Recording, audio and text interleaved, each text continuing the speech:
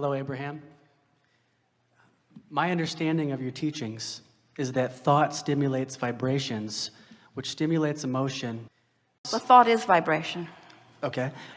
And you said that creation requires no action and that the evidence will reveal itself. So here's my question. That's mostly right. Thought and vibration are one and the same. And a practiced thought is a practiced vibration that equals a point of attraction. And if you keep it up for a little while, then it becomes the reality. But the vibration is where you're wanting to put the emphasis, and we are too. So money doesn't grow on trees. It only comes from other people. And the only way to get money from other people is to either steal it or to create value which people will pay for. So if people just sit on the couch thinking about what they desire, the money, and asking for the money, and giving off the vibrations, and feeling the emotion of receiving that money, that which they ask for, but they take no action to create any value which people will pay for, then how is their income and money just going to come to them if they take no action? Well, the flawed premises that you just spewed are abundant there. And first, here's the biggest assumption that you are making, that as we resolve it, it will be easier to hear everything else. The first really major flawed premise in what you spoke here is that value only comes from action. And what is economy anyway?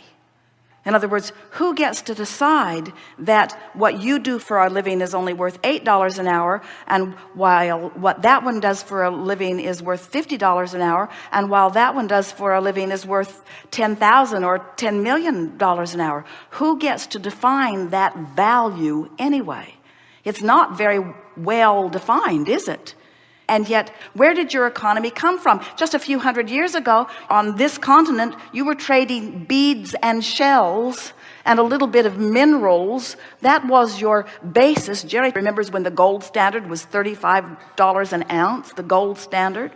And everything was supposed to be sort of measured against that gold standard. There are no standards like that remain consistently. Who gets to define value? You're going to come round to understanding that the only true value that you can ever reap the reward from or experience the benefit of is the value of alignment with this energy that creates worlds. What kind of monetary value do you put on that? Do you ever hear anyone say, well, I've been so well for so many years, and there are so many people out there who are sick, and I've been using up all the wellness value for so long that I've decided that I'm going to be sick for a while to allow more sick people to be well, because I've been getting more than my fair share of wellness. You never say that because you don't see it as a pile of something that can be divvied out. You accept that as a vibrational relationship in some way. You haven't really defined it. Humans say, well, that one's just unlucky in sickness and that one's just lucky in wellness.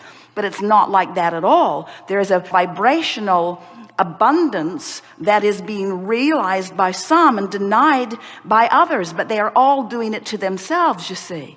There's not a big pile of resources that you're divvying up. Somebody didn't set the monetary fiscal standard for the universe, and there it all is out there, and now you have to steal it or trade it. That is so old news.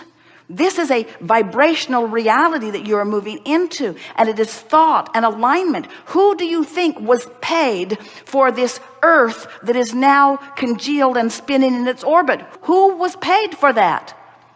Who scraped that value together, and who was paid for it, and who tends for it in its orbit? In other words, there are so many things that you can't begin to explain through a platform like the one that you just presented to us here. And that platform is not serving anyone at all, you see. So now, in other words, this is common wisdom. There isn't anything that you said. You didn't just make it up. A whole lot of people believe that. But now read it to us again, and we're going to pick it apart line by line so that you can feel what we're getting at. Just start again. Okay. My understanding of your teachings is that thought stimulates vibrations, All right, so now we've amended that. Thought and vibration. Thought is vibration. And law of attraction brings more thought to it. So when I think this thought and I hold the frequency of it for as little as 17 seconds, another thought like it is going to join it. And you're calling that stimulation of thought. And we say yes. When you keep a vibration going, law of attraction is going to make it bigger and bigger and bigger. Whether it's something wanted or unwanted, it will get bigger by focus to it. And so you don't have to do anything. You can just sit there. You have to focus. Sit in a chair and focus like this. And money's going to come. But wait. Don't get there too soon. Focus, but focus is doing something. Focus is harnessing the energy that creates worlds. In other words, that's like saying, you don't have to do anything. You just have to focus. And then the world will come into being. Somebody did something. Somebody did something. Somebody focused. Focus has value. You can sit and focus out of the vortex and your life won't change at all. You can sit and focus in the vortex and your life will change magnificently. The power of your mind is the only power that matters, and all the other stuff you do is just for the pleasure of enhancing what you've really done with your mind. And all the real power is the focus. And for you to call that nothing could not be further from accurate. Okay. All right. Okay. We are enjoying this. We want you to enjoy it too. I'm loving it. Very much enjoying. Okay, so continuing, most people would like enough passive income, but it's not about the action that you offer. It's about the alignment with the dream. It's about the alignment with the real resource. We're talking about tapping into the energy that creates worlds and flowing it through your experience. And a really good place to start is to look around at the vast differences in the way people are living their lives. The people that are working the hardest in terms of action are receiving the least. And the people who are working the least are receiving the most. How do you reconcile that? Most don't. Most just say that sucks. Most just say there's injustice. Most just say, let's take the pie and split it up again. Let's take the pie and split it up again. Let's take the pie and split it up again. And it does not matter how many times you split that pie up. It will move into the vibrational places where law of attraction puts it. In other words, you just can't orchestrate it through action. It is a vibrational attraction or allowance that it is all about. Continue just a little bit. We have 2 minutes. Okay.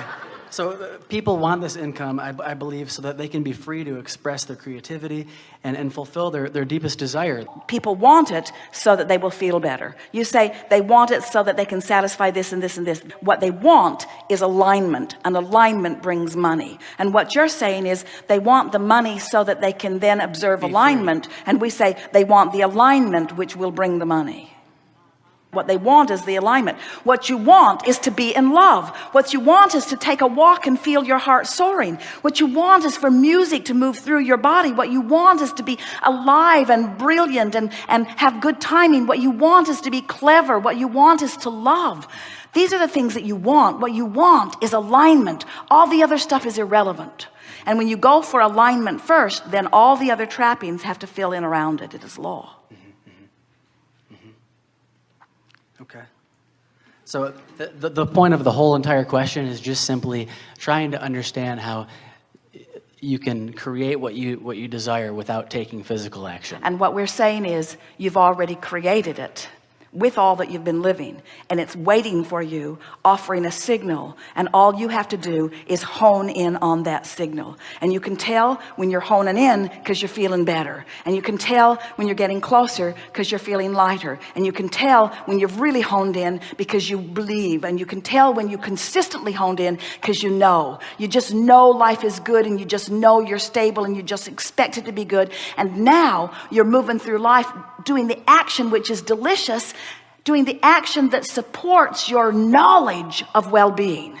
In other words, you'll get tuned in and you won't cease to act. We promise you, when you're tuned into the energy that creates worlds, the inspiration to call this person and go there, the inspiration will flow through you. You'll be the busiest, most active person that you've ever known in your life.